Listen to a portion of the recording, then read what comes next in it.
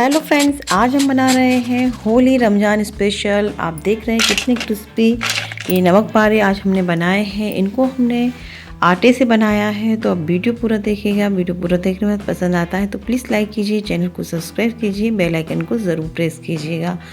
तो चलिए स्टार्ट करते हैं कि इन नमक पारों को हमने किस तरीके से बनाया है। तो इनको बनाने के लिए यहाँ पे मैंने एक कप आटा लिया है, गेहूं का आटा।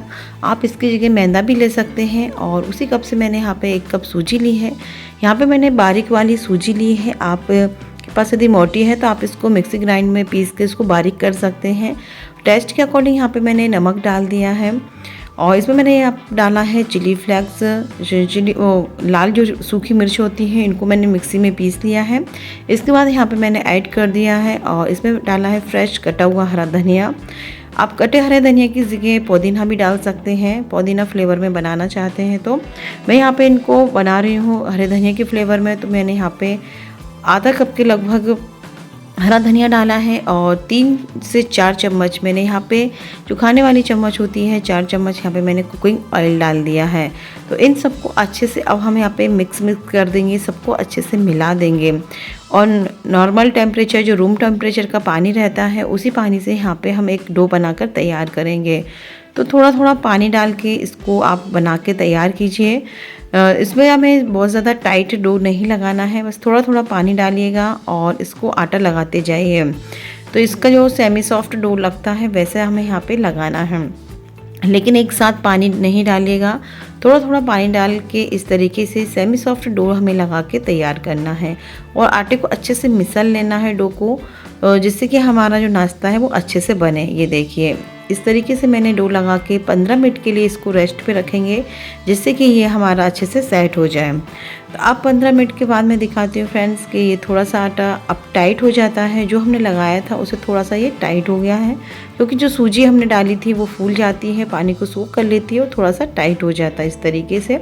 तो बहुत ज़्यादा हमें टाइट नहीं करना है आटा, आप इस बात का ध्यान रखिए, नहीं तो जो हमारे नाश्ता है वो बहुत ज़्यादा क्रिस्पी, बहुत ज़्यादा टाइट हो जाता है, वो भी अच्छा नहीं लगता है। तो आप आटे जो लगा रहे हैं तो हल्का सा लूज़ ही लगाइएगा और थोड़ा सा रेस्ट करने के लिए रखेंगे तो इस तरीके से हो जाएगा। तो अब आटे को अच्छे से मसल लेंगे और मसलने के बाद इसमें से जितनी भी साइज़ की आप लोई बनाना चाहते हैं, आप बहुत बड़ी, इसमें जितनी भी आप बड़ी रोटी बेल सकते हैं उतनी आप यहाँ पे लोई ले लीजिए। तो मैंने इतनी बड़ी यहाँ पे लोई को तोड़ लिया है और उसको मैं राउंड शेप देके एक लोई बना ले रही हूँ। यदि आप इससे छोटा भी लेना चाहें तो आप ले सकते हैं और बड़ा भी लेना चाहें तो ले सकते हैं। तो यहाँ पे मैं इसको एक बड़ी सी रोटी बना के तैयार करूँगी और इसको अच्छे से बेलना है। ना तो बीच में मोटा होना चाहिए, ना ही किनारे मोटी होनी चाहिए, एक जैसा ही हमें इस रोटी को बेलना है। तो ये आप मैं चकले पे बेल रही हूँ और इसके ऊपर जब आधी ये बिल जाए तो अब इसके ऊपर हम डाल देंगे अजवाइन। यहाँ पे मैं डाल रही हूँ, आप इसकी जगह कलौंजी भी डाल सकते हैं, सफ़ेद तिल का भी यूज़ कर सकते हैं या 2 चीज़ों का भी यूज़ कर सकते हैं। तो यहाँ पे मैंने अजवाइन अकेली यहाँ पे मैंने डाली है, तो जिससे ऊपर से नाश्ता बहुत अच्छा दिखाई देता है और खाने में तो टेस्ट बढ़ ही जाता है, लेकिन दिखा भी बहुत अच्छा देता है। तो इस तरीके से मैंने इसमें डाल दिया है और अब आप इसको बेलेंगे तो अच्छे से ये अंदर तक सेट भी हो जाएगा, तो ये फ्राई करते समय बिल्कुल भी नहीं निकलेगी।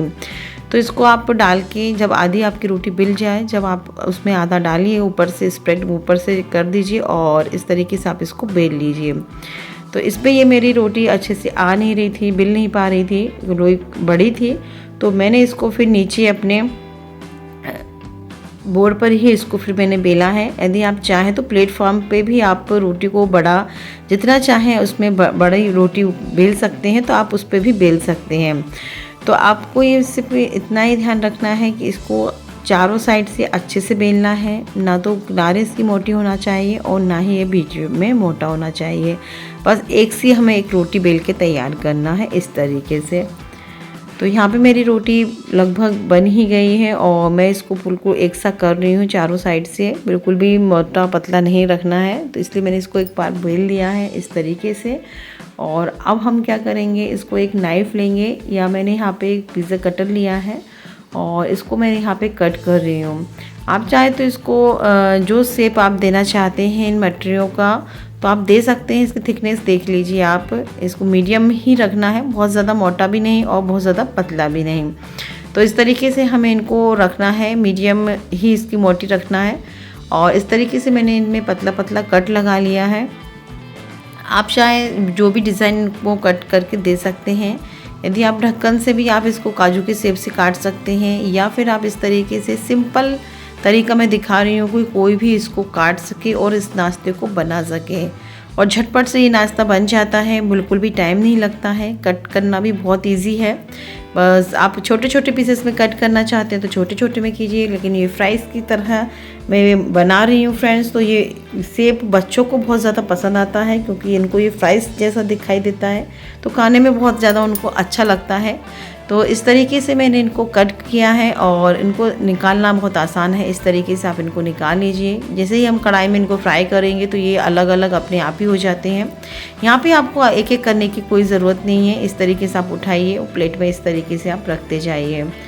तो इसी तरीके से हम इनको कढ़ाई में डालेंगे। तो मैंने यहाँ पे तेल गरम होने के लिए रख दिया है मीडियम फ्लेम पर, और इसमें हम हमारे जितने भी नाश्ता हमने जो बनाया है मठरी, इनको यहाँ पे हम इस तरीके से डाल देंगे। डायरेक्ट ही डाल देना है, इनको अलग अलग करने की कोई ज़रूरत नहीं है। जैसे ही ये बस थोड़ी देर डालने के बाद तुरंत आप इसमें चलाइएगा नहीं, स्पून से थोड़ी देर उनको फ्राई होने दीजिए 1 मिनट के लिए। इसके बाद फिर आप स्पून से हल्के हाथों से इसको चला दीजिए, क्योंकि ये तो अभी इस समय सॉफ्ट रहते हैं तो टूटने का डर लगता है, इसलिए आप इनको थोड़ा सा इनको फ्राई होने दीजिए और इसके बाद फिर आप इनको चलाइएगा। तो ये अच्छे से फूल भी जाते हैं अंदर तक और सिक भी जाते हैं। फ्लेम को मीडियम ही रखना है, ना तो ज़्यादा सिम रखना है और ना ही फ्लेम को हाई रखना है। मीडियम फ्लेम पर ही आप ऑयल गरम कीजिए। मीडियम फ्लेम पर आप इनको इस तरीके से डाल के उलट पुलट करके दोनों साइड से अच्छे से इनको ब्राउन होने तक सेकिएगा।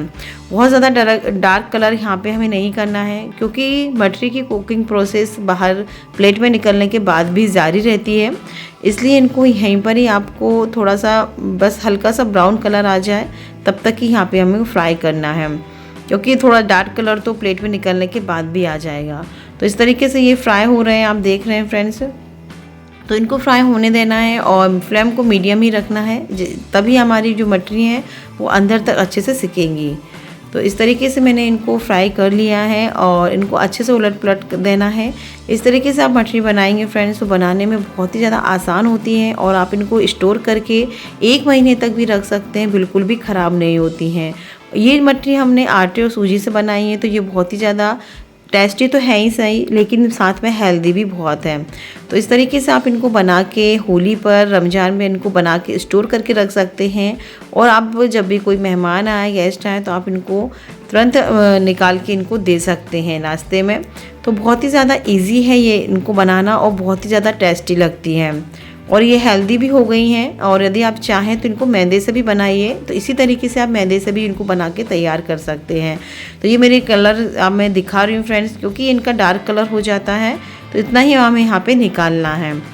और इसी तरीके से मैंने पूरे जितनी भी मैंने मटरी बनाई यहाँ पे मैंने सभी को इसी तरीके से आप देख रहे हैं मैंने डाल दिया। इनको बिल्कुल भी अलग अलग नहीं किया है, डायरेक्ट ही आप इस तरीके से डालिए। आटा हमारा थोड़ा टाइट ही रहता है, तो इस तरीके से ये बिल्कुल भी नहीं लगती हैं, अपने आप जैसे ही इसमें डलती हैं और ये निकल जाती हैं। तो ये मैंने बना के तैयार कर ली इसी तरीके से। तो अब मैं आपको यहाँ पे प्लेट में दिखा रही हूँ डाल के फ्रेंड्स, देख सकते हैं। आवाज़ से ही आपको समझ में आ रहा होगा कि ये कितनी ज़्यादा ऊपर से क्रिस्पी हैं। ये आप देखिएगा, आवाज़ आप सुन रहे हैं कितनी ज़्यादा ऊपर से क्रिस्पी बनी है, और मैं आपको आगे भी दिखाऊंगी अंदर से ये सुपर सॉफ्ट बनती हैं। आप इनको ठंडा होने के बाद पूरी तरीके से ठंडा हो जाए, थाली में इनको फैलाते जाइएगा, और जैसे ये ठंडा हो जाए तो इसके बाद आप इनको एयर टाइट कंटेनर में भर के या स्टील के डिब्बे में इनको डाल के आप इनको 1 महीने तक भी स्टोर करके रख सकते हैं। और इनको आप मैं तोड़ के दिखा रही हूँ, आप देखिए इनके अंदर की जाली कितने अच्छे से अंदर तक फूली हैं, ऊपर से क्रिस्पी हैं, अंदर से सॉफ्ट हैं, बहुत ज़्यादा टेस्टी हैं। बच्चों को आप इस तरीके से सॉस के साथ भी दे सकते हैं। वीडियो पसंद आए तो प्लीज़ लाइक शेयर कमेंट जरूर कीजिए। मिलते हैं नेक्स्ट वीडियो में। Bye bye friends, thank you for watching.